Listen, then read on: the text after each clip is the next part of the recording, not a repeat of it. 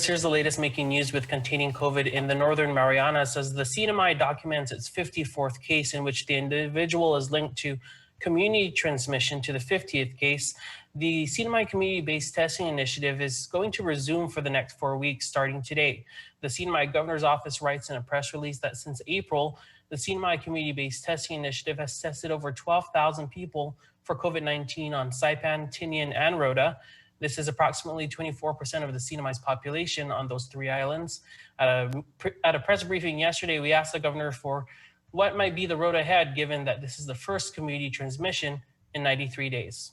Take a listen to this clip. To ask you what metrics are being looked at in terms of possible restrictions if more community spread is seen. Is it what metrics are you looking at? Well, same. I mean, we're going to look at, Esther, our CEO, and Warren, the task force, and Dr. Tadella, and all the doctors that looking at the community, contact tracing. I mean, we're going to look at all of those, and those information is what's going to guide us on what kind of information we need in order to make sound judgments. Because for one, if it's church, then this is something that we've been through before.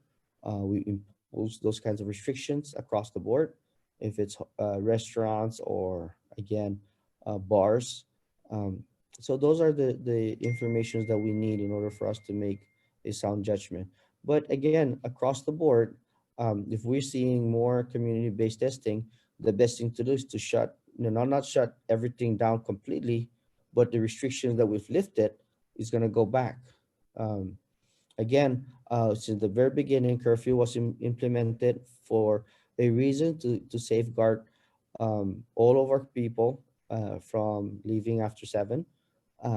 Restaurants are being closed and other respective businesses so that we completely stay home and stop the spread. So if we need to do that, I'll be more than happy to do it. And I'm sure CEO and the task force is, when I say happy to do it, I'm not saying that, okay, I'm happy to close it. No, I'm saying that I would not hesitate to shut the government, shut down the community, if that's what it takes, drastic decisions to safeguard the health, public health. But decisions like that obviously will be made based on cases that we're seeing with the approval with Esther Muñe, Jero with Homeland Security, and the task force.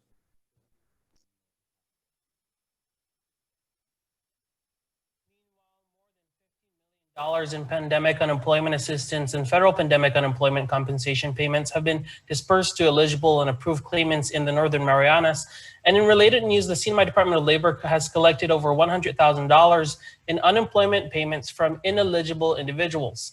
Of course, these overpayments from ineligible individuals come from the NMI only transitional workers, or CW1. They write that to date, 9 out of 75 identified individuals have returned PUA and FPUC benefit payments. And the NMI Department of Labor Secretary Benavente says that they're going to hold community outreach over Zoom this week and next week. Bring Chris, that's the latest making news with containing COVID in the NMI. Thanks, Tomas. The first virtual political convention is well underway as the Democrats began their 4-day process to nominate